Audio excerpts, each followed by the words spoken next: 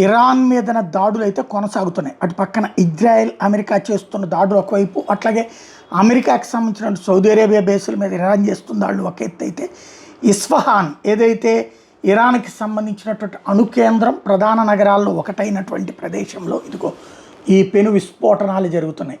ఇదేదో మందు పాత్రలు కాదు, అమెరికా ఇజ్రాయెల్ చేస్తున్న మిస్సైల్ అటాక్స్ కీలకమైనటువంటి స్థావరాలు. ఇస్ఫహాన్ అంటే అణు స్థావరం, దాంతోపాటుగా అక్కడ ఆయుధ స్థావరాలు కూడా ఉంటాయి, ఆయుధాలు కూడా అక్కడ నిల్వ చేసి ఉంచుతారు. వాటి మీదన మిస్సైల్ దాడులు చేసినాయి అమెరికా ఇజ్రాయెల్ దళాలు.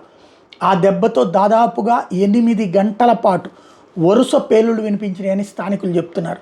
అలాగే పొగలు దాదాపుగా 10-12 గంటల పాటు, ఇప్పుడు మనం చూస్తున్న దృశ్యాలు నిన్న రాత్రి జరిగినటువంటి, ఇప్పుడు అమెరికా ఇజ్రాయెల్ బయట పెడితే కానీ తెలియలేదన్నమాట. ఇస్ఫహాన్ లో పెను పేలుళ్ళు సంభవించినాయి. కంటిన్యూగా అక్కడ జరుగుతున్నటువంటి ఓ రకంగా అది నరమేధం అనడానికి లేదు, ఎందుకంటే పబ్లిక్ అందరూ దాక్కుని ఉన్నారు. కానీ ఆ ప్రాంతాలు మాత్రం సర్వనాశనం అయిపోతున్నాయి.